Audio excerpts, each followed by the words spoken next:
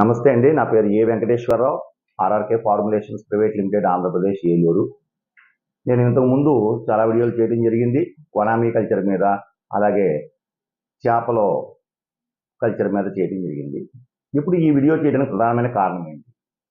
Vannamei కల్చర్లోని ముఖ్యంగా అంటే ఆక్వాకల్చర్లో, వనామీ కల్చర్లో ప్రస్తుతం పరిస్థితులు రైతు, ఇండస్ట్రీ, డిస్ట్రిబ్యూటర్స్ అంతా కూడా, ఆర్థిక వ్యవస్థ అంతా కూడా చిన్నాభిన్నమైపోయింది. మొత్తం ఆల్ ఇండియా వైడ్ దగ్గర మనకి 60% కల్చరు తగ్గిపోయింది. దీనికి కారణాలు అనేక కారణాలు చెప్తున్నారు.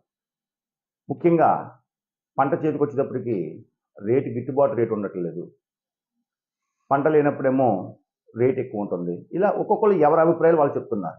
అవన్నీ నిజమే. నేను ఈ వీడియో చేయడానికి ప్రధాన కారణం ఏంటంటే, అసలు మనకి ఈ యొక్క రేటుతో సంబంధం లేకుండా మనం ఎప్పుడూ కూడా నష్టాల్లోకి వెళ్లకుండా మనం వనామీ కల్చరు ఏ విధంగా చేస్తే మనం నష్టపోకుండా ఉంటాము అనే దాని మీద ముఖ్యమైనటువంటి 3-4 పాయింట్లు చెప్పడానికి ఈ వీడియో చేయడం జరుగుతుంది. కాబట్టి ఈ వీడియోని చివరి దాకా చూడండి. నచ్చితే లైక్ చేయండి, షేర్ చేయండి, సబ్స్క్రైబ్ చేయండి. పాయింట్లోకి వెళ్తే, మనం ఫస్ట్ ఎక్కువ డెన్సిటీ కల్చర్ చేయకండి. ప్రస్తుత పరిస్థితుల్లో ఎకరానికి 1,00,000 నెంబర్ దాటి వేయకండి. నా సిన్సియర్ అడ్వైస్, నా అనుభవంతో. అదేవిధంగా డిస్కౌంట్లు కూడా 20-30% కన్నా ఎక్కువ వేయకండి. అప్పుడు మీకు మంచి సీడ్ దొరుకుతుంది. 1,00,000 ఇస్తారన్న సీడ్ తీసుకోకండి.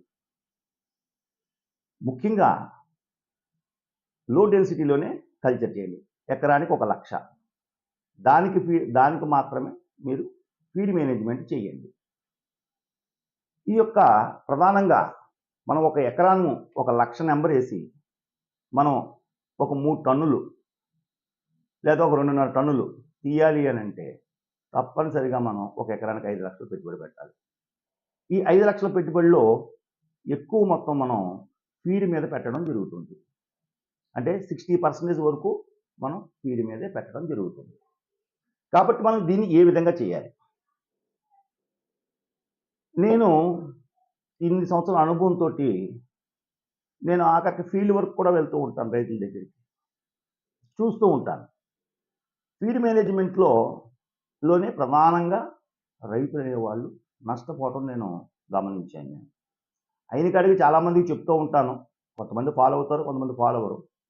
కానీ ఇప్పుడు నేను చెప్పేటువంటి ఈ వీడియోలో ముఖ్యమైనది ఏంటంటే, పాండ్ ప్రిపరేషన్లోనే మీ దృష్టిలో మరి ఫీడ్ అంటే ఏంటో నాకు తెలియదు, కానీ నా దృష్టిలో ఫీడ్ అంటే వనామీ కల్చర్లో ఫీడు, దానా, మేత అంటే ప్లాంక్టన్. మనం ఇచ్చేటువంటి కమర్షియల్ ఫీడ్ అనేటువంటిది అనుబంధ ఆహారము మాత్రమే. ఈ ఒక్క పాయింట్ ముఖ్యంగా మీరు గమనించుకోవాలి, మీరు మైండ్లో పెట్టుకోవాలి. ఒకటి, నెంబర్ 1. రెండో పాయింట్, మీరు ఫీడ్ వేసిన రోజునే ఒక పాయింట్ మీరు నిర్ణయించుకోవాలి, చాలా స్ట్రాంగ్గా నిర్ణయించుకోవాలి. అదే మన యొక్క వనామీ కల్చర్ యొక్క ఆర్థిక వ్యవస్థని నిలబెడతాది. ఏంటి అదనంటే ప్రొడక్షన్ కాస్ట్. 1 కేజీ రొయ్య తయారు చేయడానికి మనకి 230 రూపాయలు దాటకుండా చూడండి. ఏ కౌంట్కి మినిమము 30, 40, 50 ఈ 3 కౌంట్లో ఏ కౌంట్ అయినా సరే మనకి 230 రూపాయలు దాటరాదు.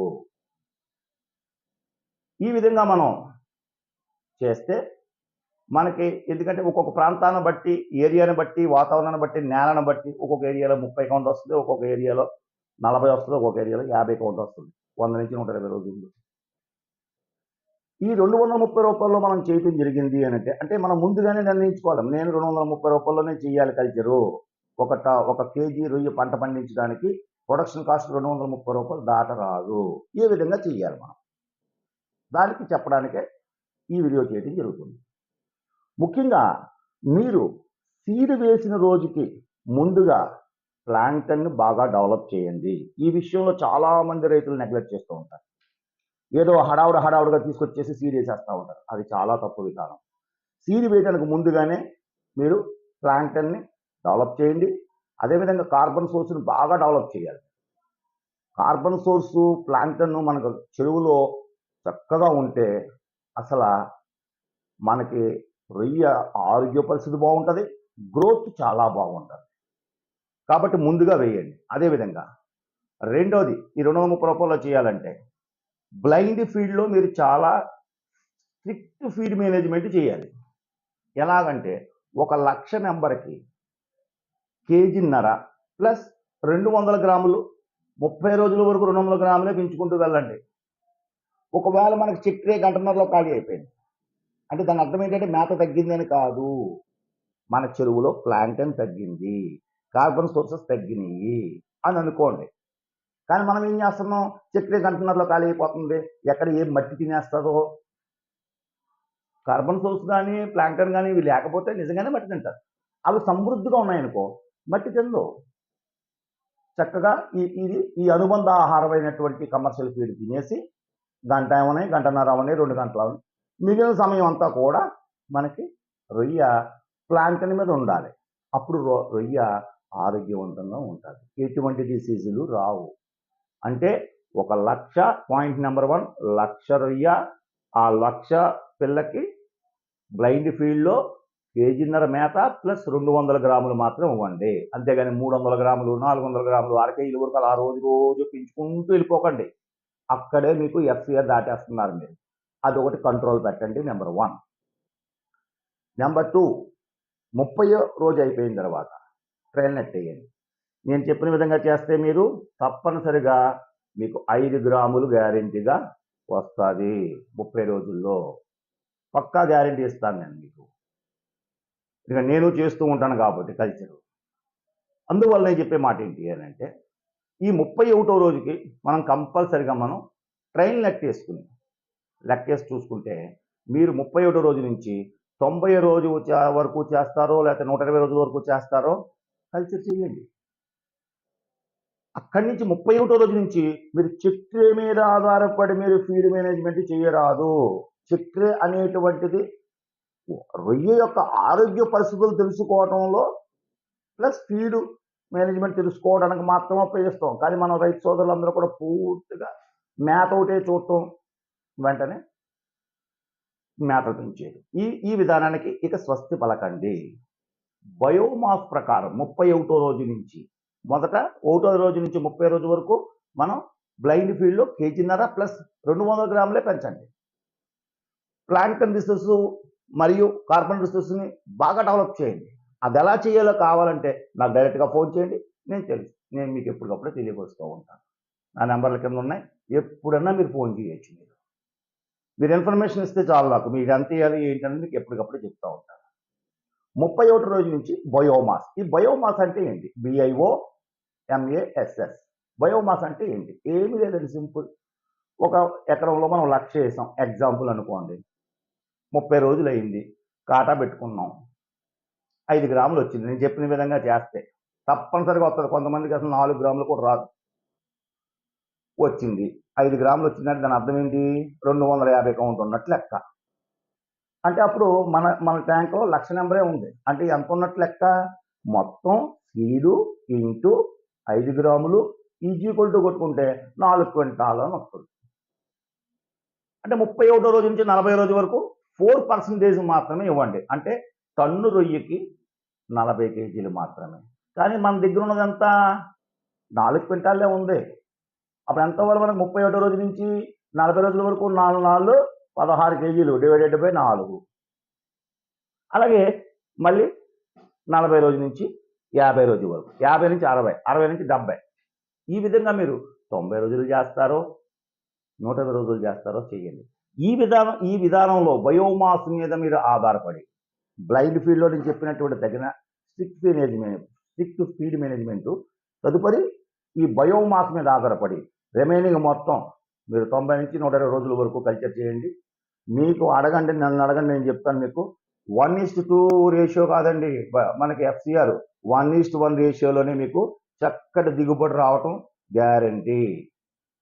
అది మీ మీ యొక్క వాతావరణాన్ని బట్టి, మీ యొక్క సాయిల్ని బట్టి, మీ యొక్క వాటర్ యొక్క పారామీటర్స్ ఆధారపడి మీకు 30 కౌంట్ రావచ్చు, 40 కౌంట్ రావచ్చు, 50 రావచ్చు.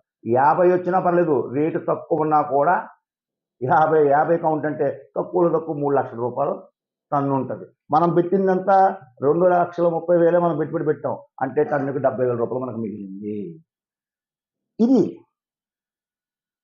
ఇలాంటి పద్ధతుల్లో మీరు కానీ కల్చర్ చేసినట్లయితే ఈ 230 రూపాయల్లో నేను చెప్పినటువంటి ఈ పద్ధతిలో మీరు అవలంబించి మీరు చేసినట్టయితే తప్పనిసరిగా రైతు సోదరులందరూ కూడా మంచి దిగుబడులు తీస్తారు, మంచి ప్రాఫిట్లు రావటం జరుగుతుంది. కానీ మీరు 30 నుంచి 40 రోజు, 40 నుంచి 50, 50 నుంచి 60, 60 నుంచి 70 ప్రతి 10 రోజులకి మీరు మనకి మౌల్టింగ్ అయిపోయిన మరుక్షణం ఒక 2 రోజుల గ్యాప్ ఇచ్చి మనకి ఎన్ని పీసులు దిగాయి ఇది మాత్రం తప్పనిసరిగా మనం అబ్జర్వ్ చేయాలి.